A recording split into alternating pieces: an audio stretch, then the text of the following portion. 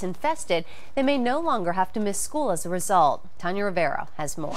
If you're a parent, then you know what a pain it can be when your child is stuck at home with head lice. But a new recommendation from the American Academy of Pediatrics may soon change all that. Dr. Susan Evans, Director of Dermatology at Skincare Physicians of Beverly Hills, is here with all the hairy details and some lice detection and prevention tips. Dr. Evans, great to see you again. Good to see you always. So how big of a problem is head lice? You know, it's really prevalent. I mean, there's so many children that are affected, from 6 to 12 million a year that have head lice. So it's not necessarily a growing problem, it's just always been a problem of a certain degree. It has been a problem, and it's mainly transmitted from child to child with their sort of activities, but it's definitely prevalent. But the newer thing is we're managing it different, and the American Society of Pediatrics is making different recommendations. Absolutely, let's talk about that, because it used to be if a child had head lice, they were sent home.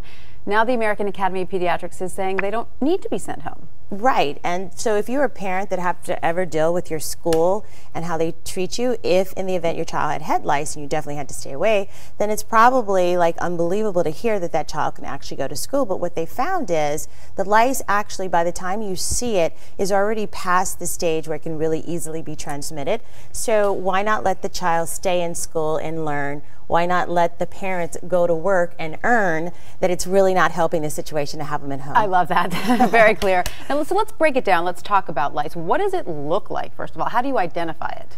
Well, you know, they're very tiny. They have 6 legs, and it's a bug. I mean, it's a gross looking thing. I mean, unless you like bugs, which I don't. Yes. And there's different phases. You can have the egg phase, where there's sort of attached to the base of the hair shaft. And is that the contagious phase, the egg phase? Yes, that's more so contagious, and that's when they're called nits. And this is the whole term nitpicking. Yes. Like if you're a nitpicker, because you actually have to get the nits off. They're very difficult to do. You need a fine tooth comb, and we'll talk about that a little later, but this is the different stages that they go through. Now, once you actually have full-blown lice in your head, adult lice, is it very, very itchy?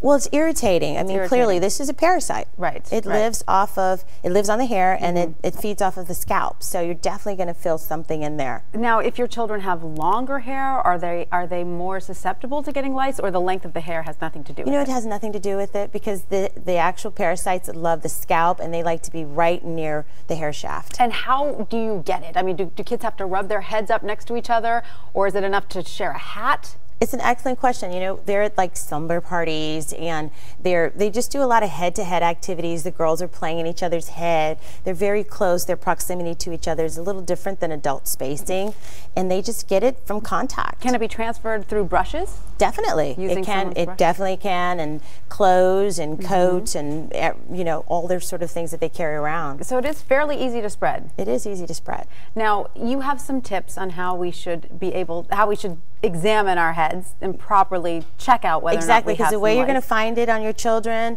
or yourself is actually to look, and I want to give you an idea of how you do it, how simple it is, and what you're looking for. Let's go see our intern Kara over here. She's going to help us out with that. This excellent Kara, who has beautiful hair, by the way, and she's here to show us willingly what we would do to look for lice. Right. And I've parted this area here, and this is exactly what you're doing. You're parting so you can see the hair roots as well as the scalp, and you're going to section it off several times. This is a fine tooth comb. There's special combs that are made just to remove it. You can wet the hair if the lice is there to actually pull the lice out. So is that all you need, a special comb to remove it, or do you also need medicated shampoo? Well, it's controversial, because previously we use actually like a pesticide, and you know, this is a common thing. It happens to good people. You know, you could be clean and actually get this, and people were feeling very concerned about putting pesticides in their children's hair. Why do that? So how do you recommend there's actually lice fairies, and there's locations that you can take your child to,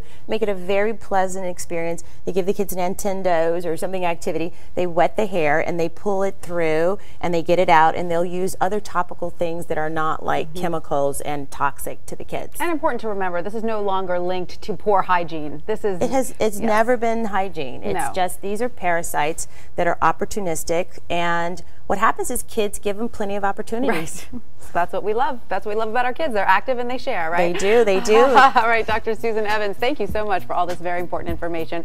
And don't forget, you can follow ABC News Now on Facebook and Twitter. Just search ABC News Now.